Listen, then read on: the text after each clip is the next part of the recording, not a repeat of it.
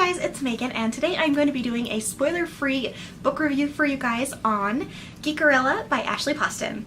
Now, this book is a reimagining of Cinderella, and it combines some of my favorite things in the entire world. Geek culture, pumpkin-flavored things. I know that's totally the quintessential white girl thing, but I love pumpkin. And comic conventions.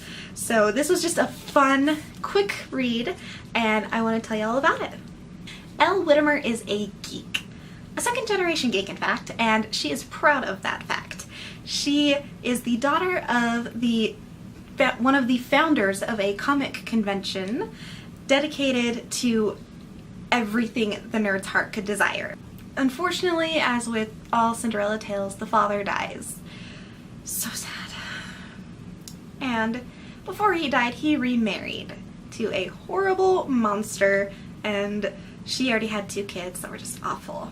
And when Elle is left in her stepmonster's care, she becomes the family slave, forced to do all of the chores, forced to pretty much bow down to the whims of anybody else in the family except for her own.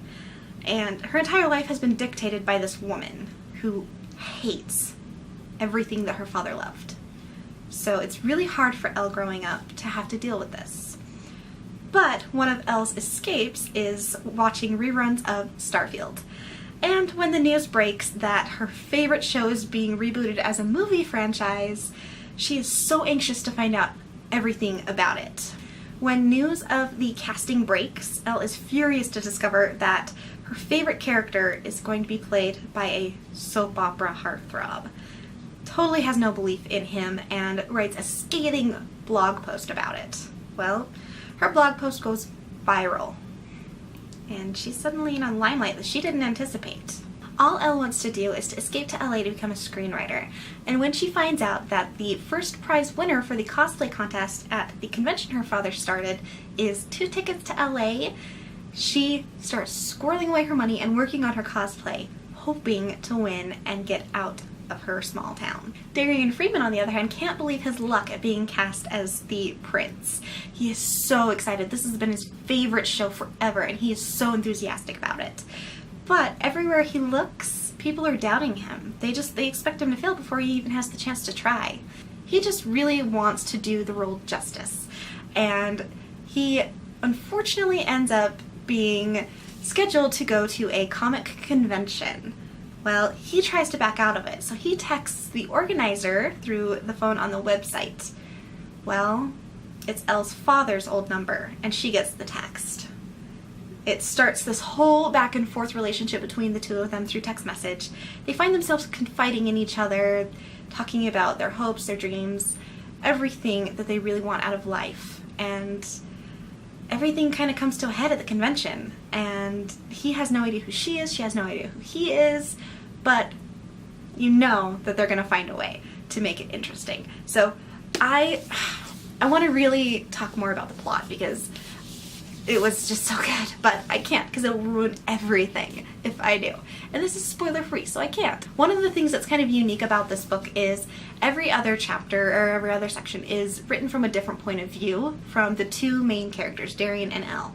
And I loved that because you weren't just hearing the princess's side of the story or hearing the prince's side of the story. I mean, it was a great mix of both that told you the full story altogether without making it seem like the fairy tale that's unbelievable. I mean, this is something that, yeah, it's a little far-fetched, but, you know, finding that one person for you at a comic convention, not so far-fetched. One of the things that I absolutely adored about this book is the portrayal of geek culture and nerd culture. I mean, I'm from Utah, we have Salt Lake Comic-Con, and I've been to every single Comic-Con since they've started here, and I have loved every minute of it. I mean, it's this whole new world when you walk in through the doors of the convention center, and all of the costumes and the different nerdy booths and all of this. I mean, it's such an experience, and this book actually captured that. I mean, most cosplayers, okay, just for information if anybody doesn't know, cosplayers are people who dress up like their favorite characters and just have fun at conventions. There are professional grade cosplayers like Jessica Negri, Night Mage, just to name a couple. And then there are your local cosplayers who just have fun. And I absolutely love every minute of the conventions that I go to. And I mean, I cosplay myself. I do Ursula from The Little Mermaid because she's so much fun and I love that villain. But everybody has this personality that comes out when a con is around. Everybody wants to, you know, be kind to each other, help each other. They will share tips that they have if they cosplay. They will share their nerdy experience. And I mean, it's like football fans. You might be rivals, but you're football fans. That's pretty much how nerds are at conventions. At least in my personal experience, having done them for a couple of years here. But, I mean, it portrayed that culture so well.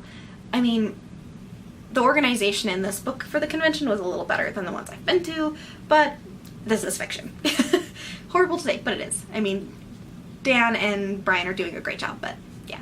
Anyway, I loved the fact that Elle was willing to break the rules to get what she wanted in the end, and it was just,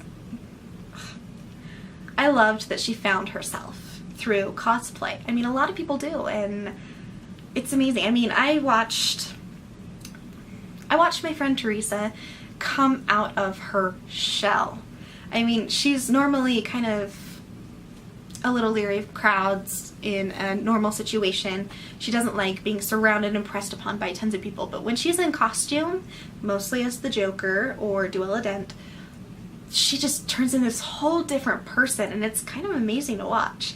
I mean, that's kind of how I saw this book, is just that culture, and oh, it was so good. I recommend this for anybody who loves to go to conventions, who loves that kind of the people involved with them, costumes, TV shows, movies, anything that your nerdy little heart desires.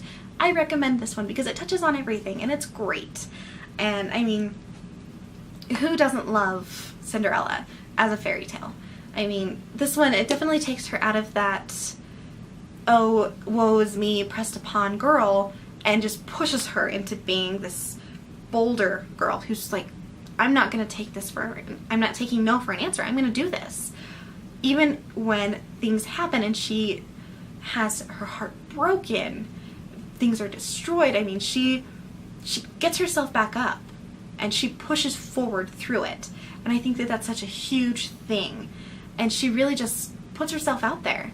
And it's such a character building moment when that happens. It's fantastic. I did love this book. I gave it 5 out of 5 stars. I recommend it completely, and I hope that you guys will pick this up to at least give it a try because it is so worth it, and I loved it. That is it for this rambling book talk book review. I hope you guys enjoyed yourselves, and if you liked what you heard, please don't forget to subscribe for more bookish videos. I hope to see you guys soon. Have a great day.